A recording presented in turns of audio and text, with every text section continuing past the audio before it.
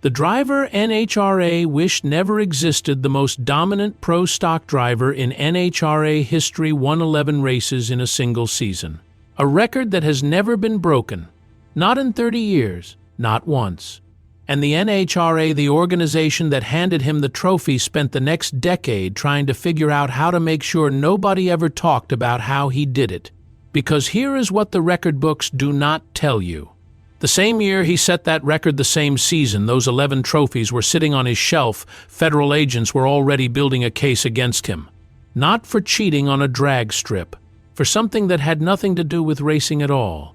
And when they finally came for him, he did not fight it. He did not hire an army of lawyers and spin doctors. He stood up in a federal courtroom and said the 5 words that almost nobody in professional sports ever says. What I did was wrong. Then he went home to Eastern Kentucky, waited 2 years, came back, and won the championship again. But here is the part of the story that nobody at the NHRA has ever officially explained. 3 years after that comeback in the middle of the night, less than 12 hours before his team was supposed to leave for a national event, someone broke into his race shop and used a sledgehammer to destroy every single engine his team owned, all 7 of them. The FBI investigated, insurance investigators investigated. Nobody was ever charged, and spray painted on the wall above the wreckage an Oldsmobile logo.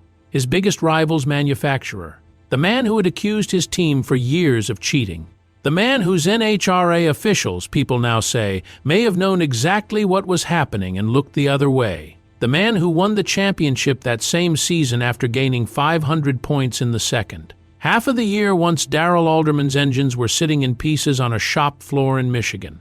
3 championships, 28 wins, a federal conviction, a comeback, 7 engines and a sledgehammer, and an organization that has never not once in 30 years given a complete public answer about what it knew, when it knew it, and what it decided to do about it. This is the story of Darrell Alderman, the driver the NHRA wished never existed, and the questions they are still hoping you never ask. Darrell Alderman was born on November 16, 1949, in Paintsville, Kentucky. He grew up in Moorhead, about 60 miles to the west, a small Appalachian town where the economy ran on coal and construction, and the kind of quiet, steady work that does not make headlines but keeps the infrastructure of a country functioning.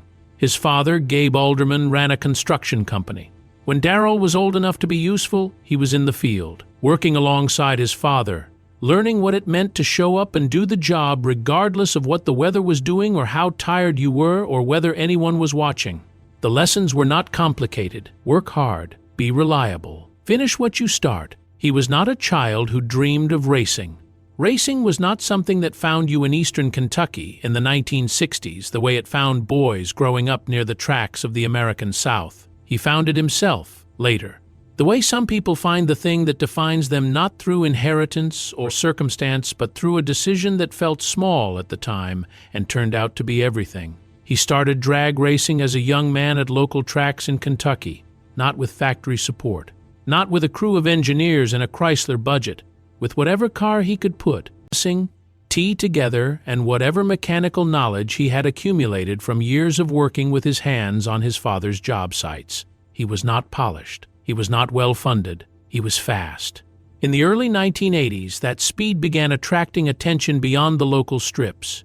He started competing professionally in the IHRA and the AHRA, the sanctioning bodies. That ran parallel to the NHRA and offered serious competition at the national level. He won, not occasionally, consistently. The way that men who have been taught from childhood that reliability is the foundation of everything tend to do things with a steadiness that outlasts the moments of brilliance from drivers who have more talent but less discipline. By 1986, the Wayne County Speed Shop in Michigan had noticed him. They offered him a car.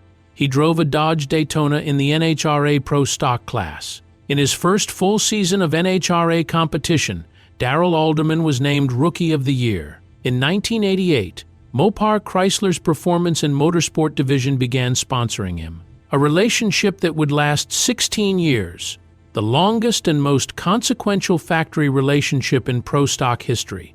Nobody from Moorhead, Kentucky had done anything like this. Nobody from Moorhead, Kentucky had ever done anything like what came next. the NHRA Gator Nationals in Gainesville, Florida. Daryl Alderman won his first national event, then 2 more before the season was out. 3 wins in his second full year of professional NHRA competition. In 1990, he won 4 more, and the championship, his first NHRA Pro Stock World Championship. He was 40 years old. He had been racing since his teens on tracks in Kentucky that most of the NHRA garage had never heard of. He had no formal engineering training, no racing school background, no family legacy in the sport. He had a construction worker's hands and a drag racer's instincts and a Dodge Daytona prepared by the Wayne County Speed Shop. And he had just won the most competitive professional drag racing class in the world. If 1990 was extraordinary, 1991 was historic. Darrell Alderman won 11 national events in a single season. 11 out of the 14 final rounds he appeared in. He led the NHRA Pro Stock Championship point standings from the first race in February to the last race in October without ever once trailing another competitor. Not for a single round. Not for a single event. His margin of victory at the end of the season was over 3,000 points. Warren Johnson, the 6-time champion, the most analytically gifted engineer the class had ever produced, finished second with 5 wins, more than 2,000 points behind.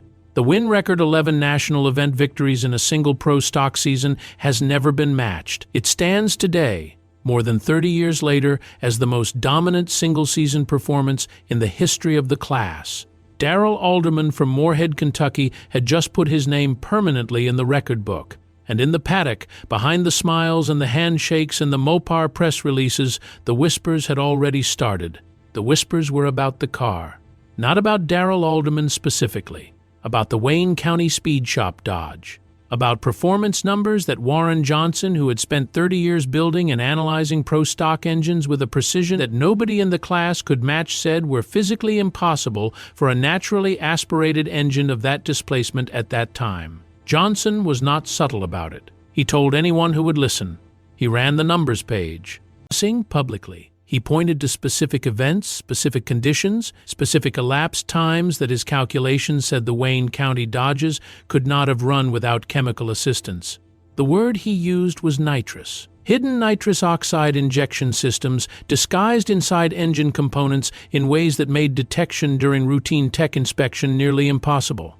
Systems engineered to activate only under specific simultaneous conditions: throttle fully open, engine at temperature, multiple switches engaged so that no inspector walking a staging lane could ever trigger the system accidentally and find it.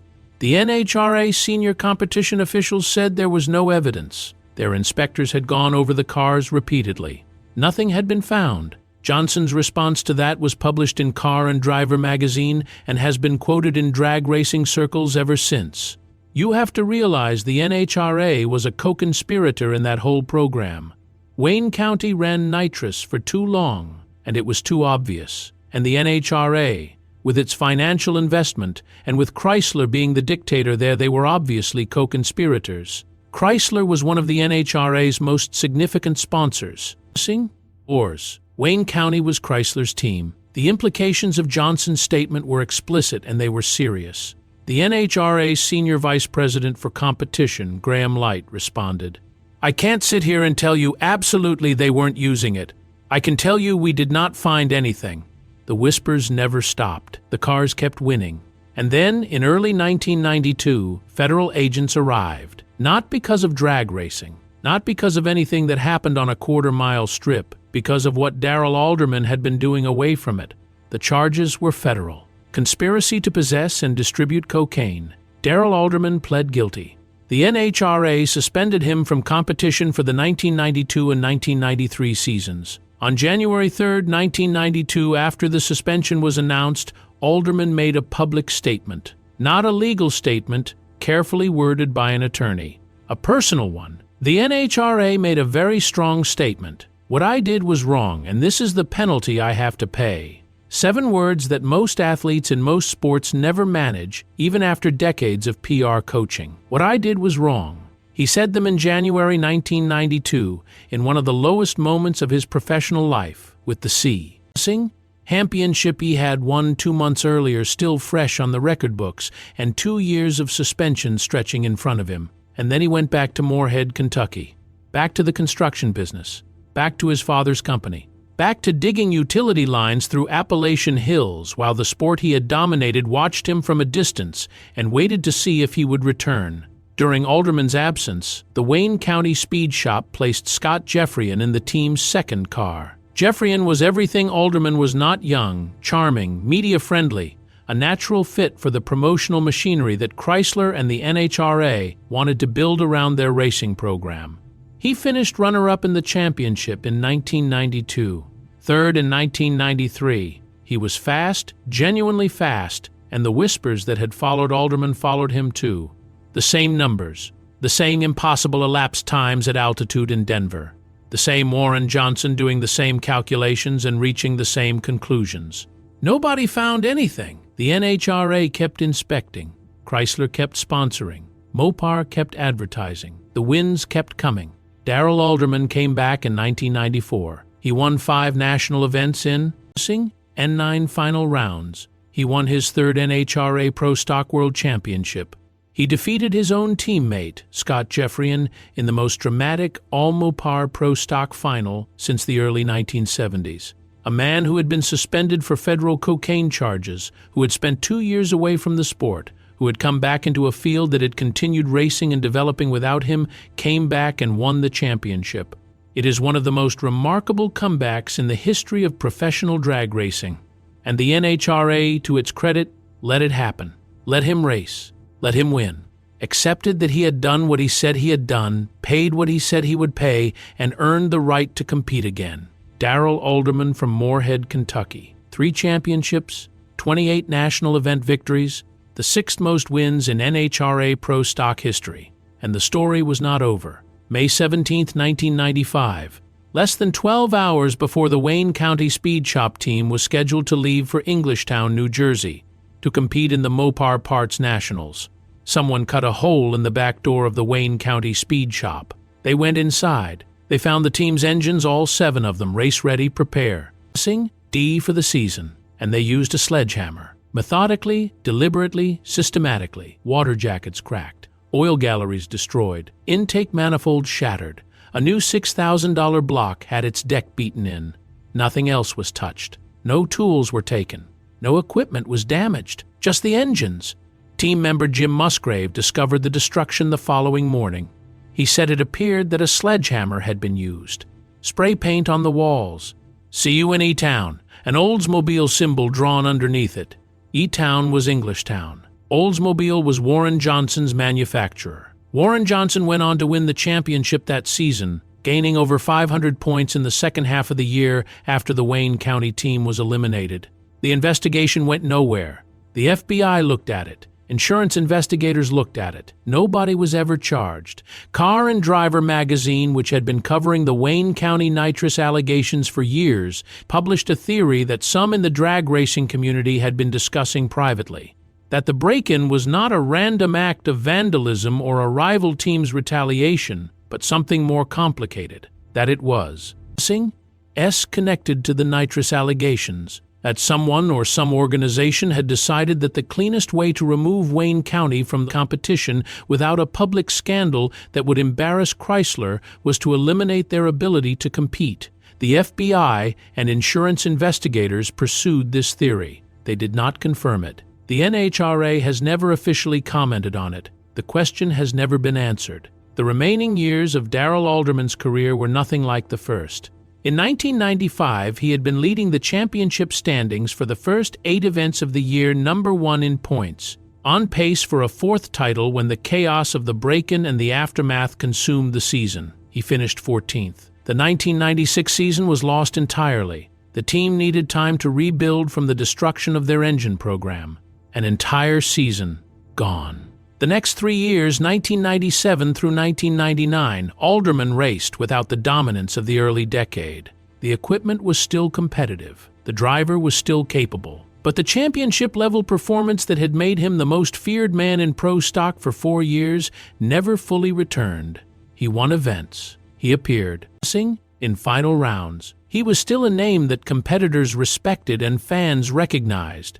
But the man who had won 11 races in a single season, who had led the points from wire to wire without ever trailing, who had come back from federal charges and suspension to win a third championship, that version of Darrell Alderman had left the paddock somewhere around May 17, 1995, and never fully came back.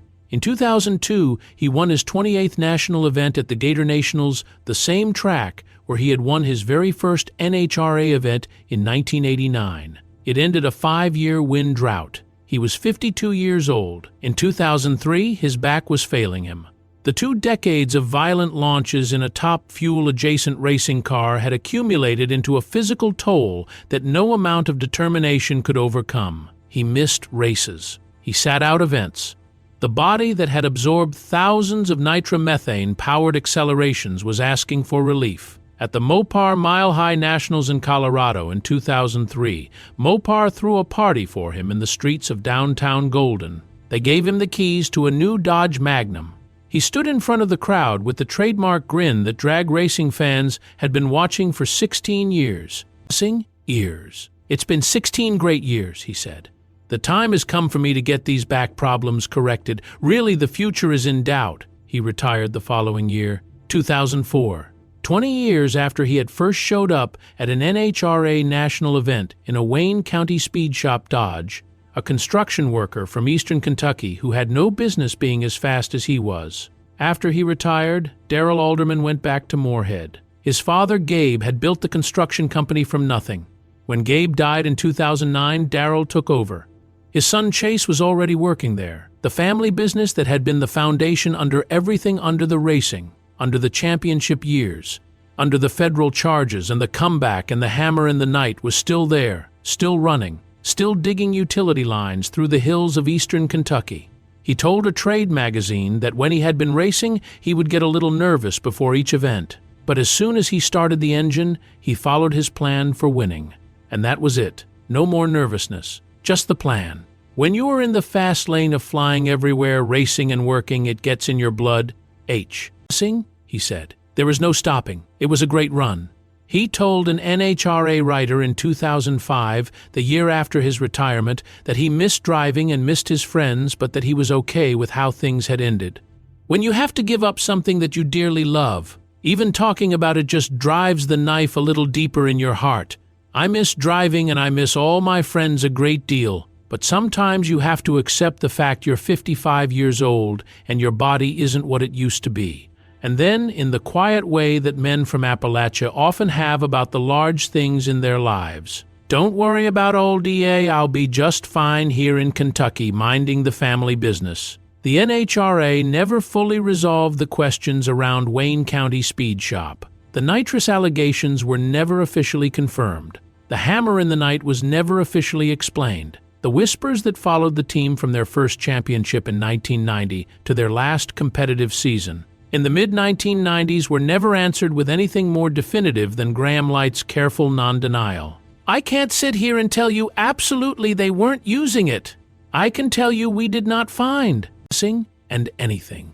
In the absence of official answers, the drag racing community has spent 30 years filling in the gaps with its own conclusions.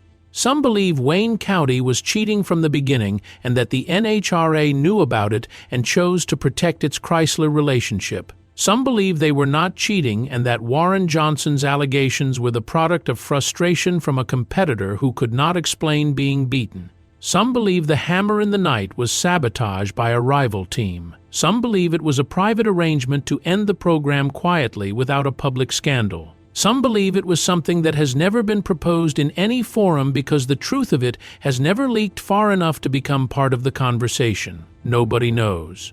And Daryl Alderman, who could resolve at least part of the argument simply by speaking, has not spoken. He is in Moorhead, Kentucky, running the construction business, directing drilling operations, working alongside his son. He has said everything he intends to say about what he did wrong.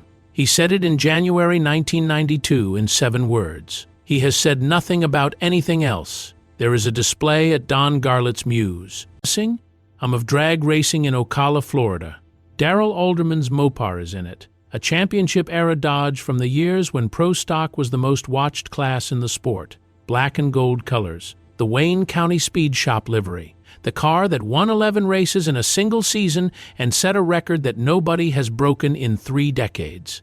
It sits behind the rope like every other car in the museum, quiet, polished, exactly as dangerous looking as it was when it was running elapsed times that Warren Johnson said were physically impossible. Whatever was inside it, whatever combination of engineering and preparation and talent and perhaps something else entirely is not visible from the outside, it never was. That was the point.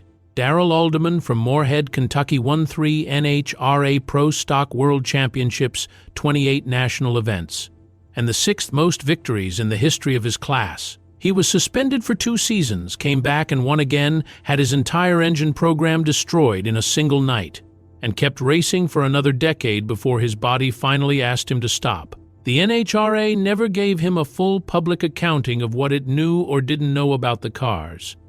He drove. The drag racing community never stopped arguing about what the truth was, and the man himself went back to eastern Kentucky and went to work. "I miss it every day," he once said, and then he didn't say anything else. That is the story of Daryl Alderman. All of it that can be told. What remains untold is in the hands of people who have decided for their own reasons that it will stay that way. The driver NHRA wished never existed, and the questions they never answered.